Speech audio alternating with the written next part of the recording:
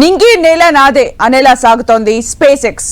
అంతరిక్ష ప్రయోగాల్లో ఇదో సంచలనం. వినూత్న ప్రయోగాలు, ఆవిష్కరణలకు కేరాఫ్ గా మారిపోయింది. క్రూ-9 మిషన్ తో 9 నెలల పాటు అంతరిక్షంలో చిక్కుకున్న భారత సంతతి వ్యోమగామి సునీత విలియమ్స్, బుచ్ విల్మోర్లను సేఫ్ గా భూమిపైకి తీసుకొచ్చింది. టెక్ దిగ్గజం ఎలాన్ మస్క్ మానస పుత్రికగా పేరుగాంచిన ఈ ప్రైవేట్ అంతరిక్ష పరిశోధన ప్రయోగ సంస్థ ఇంపాసిబుల్ అన్న మిషన్స్ ను పాసిబుల్ చేసేస్తోంది. వైఫల్యాలను విజయవాణి మెట్లుగా మార్చి నింగికి నిచ్చెనలేస్తోంది. ప్రైవేట్ మానవ సహిత అంతరిక్ష యాత్రల్ని మరింత వేగవంతం చేసి డ్రీమ్ ప్రాజెక్టులకు వాస్తవ రూపాన్నిస్తోంది.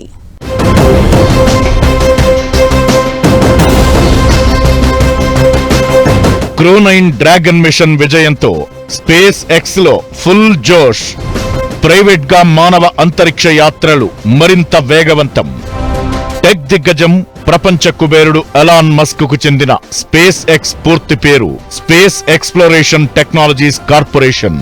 ఇది ప్రైవేట్ రంగంలో ఉన్న టాప్ మోస్ట్ అంతరిక్ష పరిశోధన రాకెట్ తయారీ సంస్థ. 2002లో ఎలాన్ మస్క్ దీన్ని స్థాపించారు. అంతరిక్ష ప్రయాణాన్ని చౌకగా సమర్థవంతంగా తీర్చిదిద్దడమే లక్ష్యం. మనుషుల్ని అంతరిక్షంలోకి పంపించడం, ఇతర గ్రహాలపై నివాసాలు ఏర్పాటు చేయడం, చంద్రుడు, మార్స్ పై మానవ నివాసాలను స్థాపించడం వంటివి ఈ సంస్థ ప్రధాన లక్ష్యాలు. ఇప్పటి వరకు స్పేస్ ఎక్స్ ఎన్నో విజయాలు సాధించింది. స్పేస్ ఎక్స్ తయారు చేసిన ఫాల్కన్ 1 అంతరిక్ష కక్షలోకి వెళ్లిన మొదటి ప్రైవేట్ రాకెట్ గా చరిత్ర సృష్టించింది. ఫాల్కన్ 9 అత్యంత చౌకైన పునర్వినియోగ రాకెట్ గా ప్రసిద్ధి చెందింది. 2010 నుంచే ఇది వినియోగంలో ఉంది. మొన్న సునీత విలియమ్స్ విల్మోర్ ను అంతరిక్ష కేంద్రం నుంచి భూమిపైకి తీసుకొచ్చేందుకు వెళ్లిన బృందం ఫాల్కన్ 9 ను వినియోగించింది. ఇక స్పేస్ ఎక్స్ రూపొందించిన డ్రాగన్ క్యాప్సూల్ ద్వారా అంతరిక్ష కేంద్రానికి సరుకులు, వ్యోమగాములను తీసుకెళ్లొచ్చు. 2012లోనే ఇది ISS కు సరుకులు తీసుకెళ్లిన తొలి ప్రైవేట్ సంస్థగా చరిత్ర సృష్టించింది. ఇప్పుడు మనం చెప్పుకుంటున్న స్టార్షిప్ అత్యంత శక్తివంతమైన పునర్వినియోగ రాకెట్. అంతరిక్షంలో సుదూర ప్రాంతాలకు సరుకులు, మనుషులను తీసుకెళ్లేలా దీన్ని తీర్చిదిద్దారు. స్టార్లింక్ ప్రాజెక్టు ద్వారా అంతర్జాతీయంగా ఇంటర్నెట్ సేవలను అందించేందుకు స్పేస్ ఎక్స్ కృషి చేస్తోంది. వేలాది నానో ఉపగ్రహాలను అంతరిక్షంలోకి పంపి వాటి నుంచి ఎక్కడైనా ఇంటర్నెట్ అందించాలనేది దీని లక్ష్యం. స్టార్షిప్ అనే ఒక ప్రోగ్రామ్ మీద చాలా ఇన్వెస్ట్ చేసి ఉన్నారండి ఇప్పటికే. అంటే ఒకరిద్దరు కాదు, చాలా మందిని ఒకేసారి ఎంతో పేలోడ్స్తో, ఎంతో కావాల్సిన ఎసెన్షియల్స్తో తీసుకెళ్లే చాలా అతి భారీ వెహికలే ఈ స్టార్షిప్ అనమాట. దాన్ని కూడా వారు ఇప్పటికే చాలాసార్లు ప్రయోగాలు చేశారు.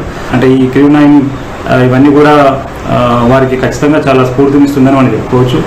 ఏదైనా ఒక రాకెట్ పైకి ఎగిరిన తరువాత దాని భాగాలు ఏదో ఒక సముద్రంలోనో భూమిపైనో పడుతుంటాయి. వాటిని మళ్లీ ఉపయోగించడం సాధ్యం కావడం లేదు. కానీ స్పేస్ ఎక్స్ దాన్ని సుసాధ్యం చేసి చూపించింది. రీయూజబుల్ రాకెట్ల వినియోగంతో చరిత్ర సృష్టించింది. ఈ మధ్య స్టార్షిప్ రాకెట్ బూస్టర్ పైకి ఎగిరిన తరువాత సేఫ్ గా లాంచ్ ప్యాడ్ ను చేరుకునేలా చేయడంలో స్పేస్ ఎక్స్ అద్భుత విజయాన్ని సొంతం చేసుకుంది. America, Russia, China, India, Japan లాంటి చాలా దేశాలు అంతరిక్ష ప్రయోగాల్లో రాకెట్లను ఉపయోగించినా పునర్వినియోగ రాకెట్లపై దృష్టి పెట్టలేదు. ఆ పని చేసింది ఎలాన్ మస్క్ సంస్థ స్పేస్ ఎక్స్. రాకెట్ బూస్టర్లను తిరిగి భూమిపైకి తీసుకురావడం, వాటిని వినియోగించడం స్పేస్ ఎక్స్ కు కొత్తేమీ కాదు. ఫాల్కన్ 9 రాకెట్ల బూస్టర్లను గత 9 ఏళ్లుగా రికవరీ చేస్తూనే ఉంది. కాకపోతే సముద్రాల్లో పడితే తీసుకొస్తోంది. కానీ భూమిపైన లాంచ్ ప్యాడ్ ఏర్పాటు చేసి అందులోకే డైరెక్ట్ గా తీసుకురావడం మాత్రం ఇదే తొలిసారి. నాసాతో కలిసి స్పేస్ ఎక్స్ చేపడుతున్న ప్రైవేట్ మిషన్స్ గ్రాండ్ సక్సెస్. ఇప్పుడు అంతరిక్ష రంగంలో సెన్సేషన్ కు, సరికొత్త ప్రయోగాలకు స్పేస్ ఎక్స్ బాటలు వేస్తోంది. కొన్ని ఫెయిల్యూర్స్ నుంచి కొత్త పాఠాలు నేర్చుకుంటూ మరిన్ని విజయాలతో చరిత్ర సృష్టిస్తోంది స్పేస్ ఎక్స్. ఇప్పుడు క్రూ-9 డ్రాగన్ మిషన్ సక్సెస్ కావడంతో Musk space X future plans ఏంటనేది అంతటా చర్చించుకుంటున్నారు. ఇక ప్రైవేట్ మానవ సహిత అంతరిక్ష యాత్రల ప్రాజెక్ట్ మరింత స్పీడప్ అవుతుందని, ఈ ప్రయోగాల్లో స్పేస్ ఎక్స్ తనదైన ముద్రతో కొత్త బాటలు వేయనుందని అంటున్నారు.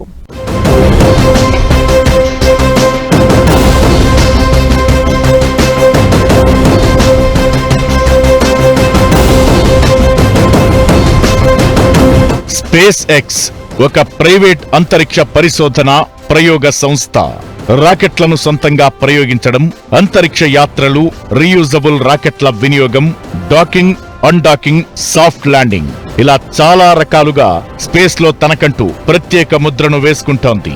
భవిష్యత్తులో అంతరిక్ష ప్రయోగాల్లో ప్రైవేట్ కంపెనీల భాగస్వామ్యం పెరగబోతోందనేందుకు స్పేస్ ఎక్స్ చేపడుతున్న బిగ్ అండ్ సెన్సేషనల్ మిషన్సే బెస్ట్ ఎగ్జాంపుల్స్. స్పేస్ ఎక్స్ ఎన్నో స్టార్షిప్ డిజైన్లను రూపొందిస్తోంది. నిజానికి బోయింగ్ స్టార్ లైనర్ లో గతేడాది సునీత విలియమ్స్, బుచ్ విల్మోర్ అంతరిక్ష కేంద్రానికి వెళ్లి తిరిగి వారం తరువాత తీసుకురావాల్సింది. కానీ స్టార్ లైనర్ లో సాంకేతిక సమస్యతో అనుకున్నట్లు జరగలేదు. ఆ తరువాత మొన్న ఫాల్కన్ 9 ను పంపి క్రూ 9 డ్రాగన్ మిషన్ తో వీరిని భూమికి దిగ్విజయంగా చేర్చగలిగారు. అంటే ఒక స్పేస్ క్రాఫ్ట్ లో అంతరిక్షంలోకి వెళ్లి మరో స్పేస్ క్రాఫ్ట్ లో సురక్షితంగా తిరిగి రావచ్చన్న స్పేస్ ట్రావెల్స్ షటిల్ సర్వీస్ ఐడియాలతో కొత్త బాటలు వేస్తోంది. ఈ యాత్రలో సునీత విలియమ్స్ 2 సార్లు స్పేస్ వాక్ చేశారు. స్టెమ్ సెల్స్ సాంకేతికత, క్యాన్సర్లకు పరిష్కారం, అంతరిక్షంలో మొక్కల పెంపకం సహా వ్యోమగాములు 150కి పైగా ప్రయోగాలు చేశారు. ఈ కృషి పరిశోధనలు భవిష్యత్కు ఎంతో ఉపయోగపడతాయని స్పేస్ ఎక్స్ భావిస్తోంది. ఆర్టెమిస్ అనే ప్రోగ్రాం ద్వారా మళ్ళీ చంద్రమండలం మీదకి వెళ్ళాలనుకుంటున్నారు. అయితే ఈసారి కేవలం వెళ్ళి రావడమే కాదు, అక్కడ పర్మనెంట్ గా స్థావరాలు ఏర్పరచుకొని అక్కడ హ్యాబిటాట్ ఏర్పరచుకొని అక్కడ పరిశోధనలు చేసి చంద్రుడిని ఒక మజిలీగా పెట్టుకుని ఇంకా ముందుకు సూర్యాస్తరిక్షణకు వెళ్ళే ప్రయత్నం అమెరికా చేస్తుంది. సో ఖచ్చితంగా ఇవన్నీ కూడా స్పేస్ ఎక్స్ మధ్యలో ఉన్న ప్రాజెక్ట్స్ అని చెప్పుకోవచ్చు. ఇప్పుడు స్పేస్ ఎక్స్ లక్ష్యం కేవలం అంతరిక్ష యాత్రలకు మనుషుల్ని తీసుకురావడం మాత్రమే కాదు, భవిష్యత్తులో చంద్రుడు, అంగారకుడు లాంటి గ్రహాలపైకి ఇంధనాన్ని, మనుషులను చేర్చడం, అక్కడి నుంచి మళ్లీ సురక్షితంగా భూమికి తీసుకొచ్చేలా స్టార్షిప్స్ అభివృద్ధి చేయడం. ప్రపంచంలో ఎవరూ వాడని స్పేస్ షిప్ల టెక్నాలజీ స్పేస్ ఎక్స్ సొంతం. దీంతో భవిష్యత్తులో అంతరిక్ష యానం అనేది చాలా ఈజీ కానుంది. మస్క్ కంపెనీ ఈ స్పేస్ టూరిజం కాన్సెప్ట్ ను సమూలంగా మార్చేయబోతోంది. స్టార్షిప్ అనేది అత్యాధునిక స్పేస్ క్రాఫ్ట్.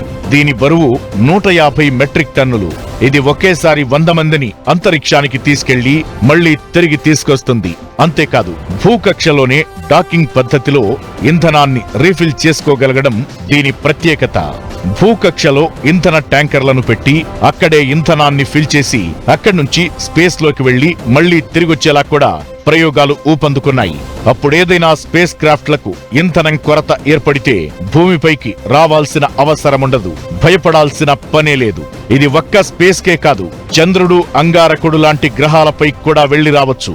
అక్కడి నుంచి మరిన్ని పరిశోధనలతో భవిష్యత్ స్పేస్ టూరిజాన్ని, గ్రహాల అధ్యయనాన్ని విస్తృతం చేయొచ్చనేది స్పేస్ ఎక్స్ వినూత్నమైన ఆలోచన.